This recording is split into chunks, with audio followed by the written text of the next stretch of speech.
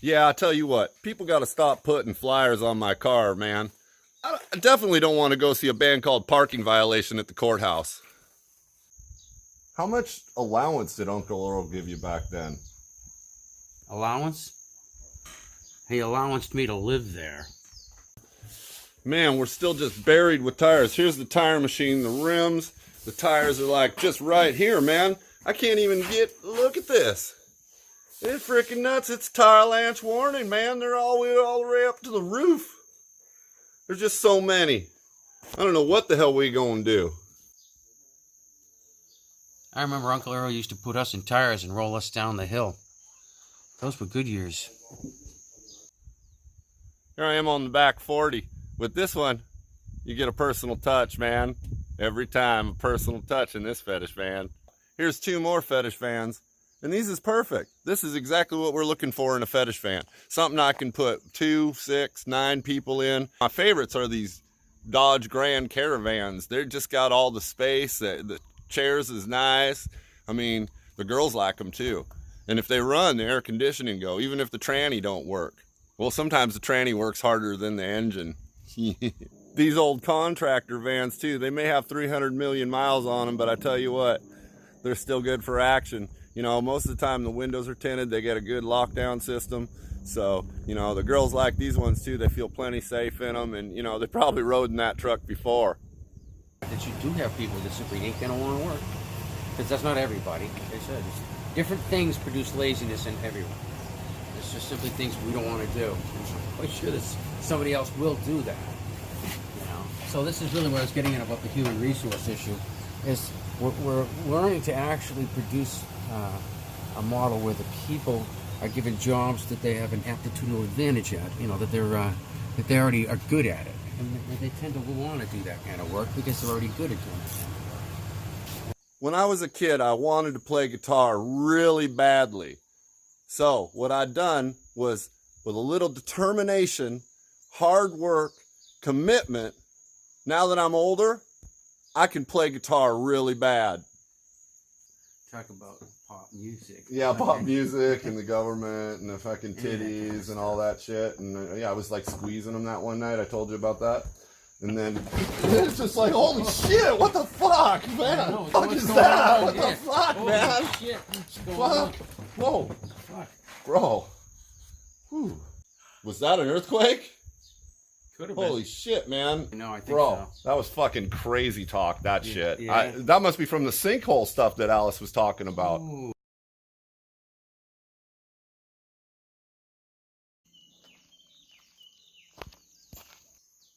Okay, that mayor, he's all upset about that sinkhole causing quakes and all kinds of things around the city. The emergency services are all in action. We're going to lose customers tonight. Tire museum. There's always open door in our fetish vans. This one's a long one. I think she's a tall girl in there. Or a tall guy. Come on out. Your choice, my man. So, not only do we have like regular vans, but we have full-size vans too. This one has air conditioning on it. You know, it's pretty nice. And, you know, not everyone speaks English, so we've been using pictograms. This one's a pretty good one. I think if you like to sword fight, this is the van for you. Fetish vans, tire museum. You're going to have to give me a raise, you know. I got 3 companies out there after me right now. Really? What 3 companies are after you?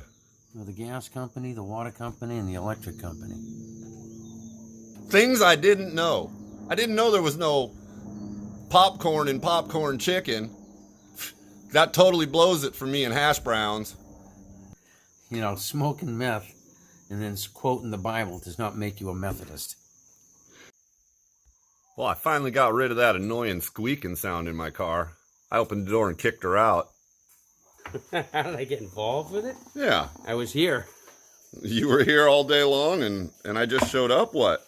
Kind of. No, not really. How did I get involved with the tires? That's a good question. Well, basically, Uncle Earl died. In real life, what was I doing? How did you get hooked up with the tire museum? Like for our video project? You started it. What's your plan? Did you ever get so drunk you got hit by a parked car? No. You never been that drunk then, huh? No. Okay, so, fuck, remember when air used to be free? I went and I filled up my tire. It was fucking 75 cents. Why is that? Well, the history of getting people to pay for air starts in Japan, actually. Down in the subways, it was so polluted because of the heavy nitric oxide that sinks down that they actually had what looks like a phone booth with pure oxygen. The problem, of course, is that the affluent can afford to buy clean air, and the less wealthy are going to have to take whatever comes their way. This has been an issue about pollution right along. Pollution's created by all, but only suffered by the poor. I think that's really where it began, is the idea that if you could get people to pay for clean air, could you get them to pay for air in order to have their car work?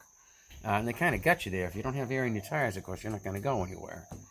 So it's just further expanding of the imagination of the capitalist in ways to scam the public.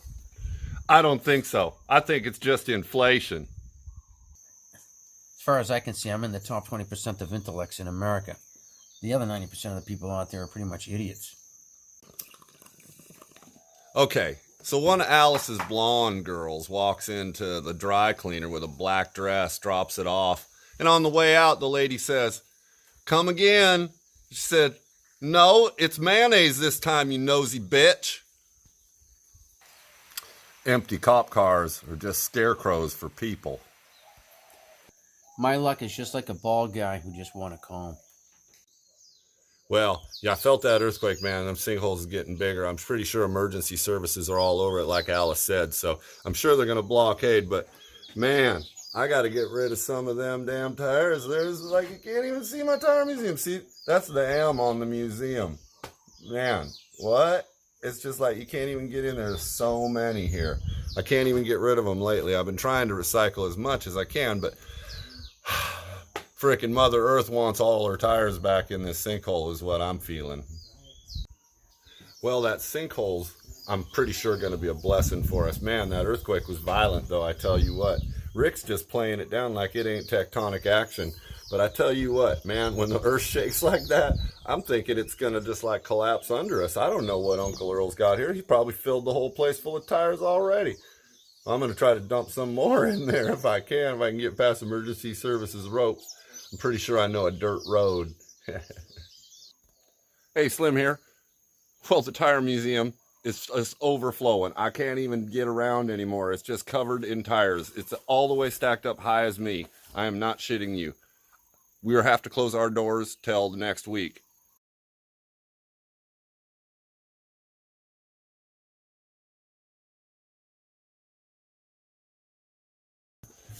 Man, we're still just buried with tires. Here's the tire machine, the rims.